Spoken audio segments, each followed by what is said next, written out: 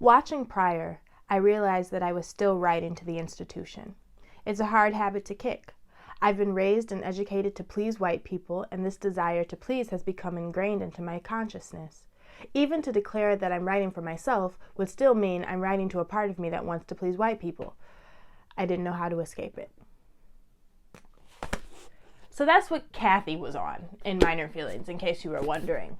Read a book, you illiterate son of a bitch. Step up your vocab. Hey, Cree Miles, aka Black Emily Dickinson. It's Wednesday. On Wednesday, we review books.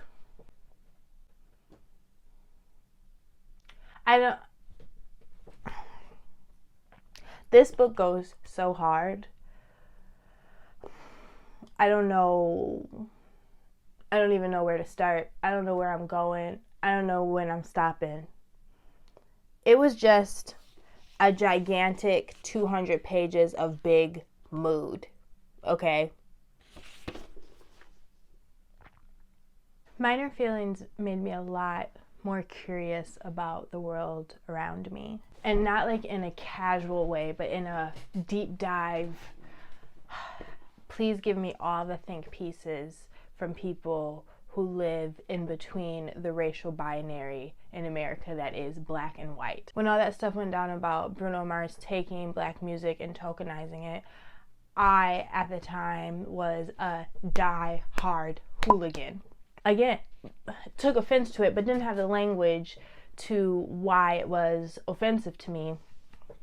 But Kathy speaks so beautifully in Minor Feelings about how it's our duty in culture to share and borrow and expand.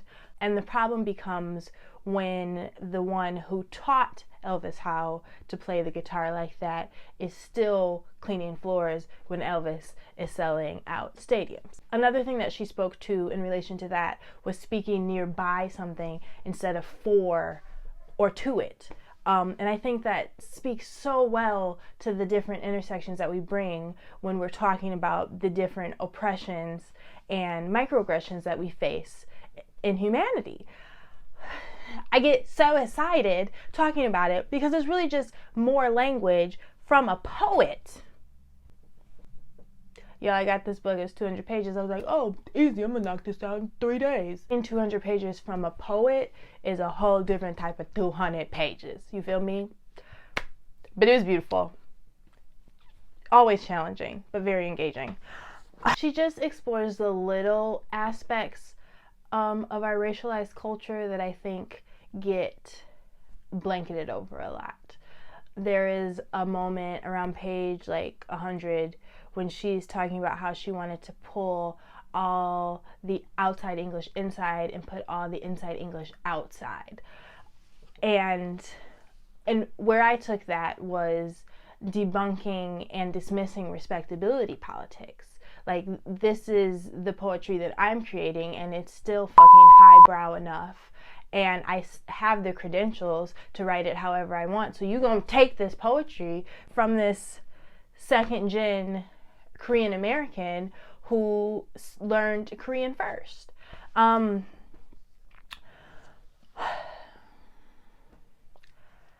It's such a beautiful book. And then when she talked about her time in Oberlin, shout out, I am Obi by relation because my brother is currently at Oberlin. And she had that really, really vulnerable moment when she was talking about her friend and how exhausting she was. And I just, low-key, I feel like I know Kathy now. And she about to have me reading her poetry in April, and I don't even be reading poetry. So that's wild. And I would love to just go sit down and listen to her talk. That's really what it gets down to with writers. People are like, who do you want to sit down and have a conversation with? I don't know if I want to have a conversation with any of them. I would just like to listen to them. Conversing and listening are different. Most people don't know this because most people don't know how to listen. It's so good. It's again a top read for 2020. I've only said that twice. And I think that I'm going to say a top 5 at the end of 2020. So I would be very surprised if this did not make it on the list, because it is brilliant. Giving language to truths, which honestly I think is part of writers' jobs. Whatever they write about, give us the words for our feels. Kathy killed that.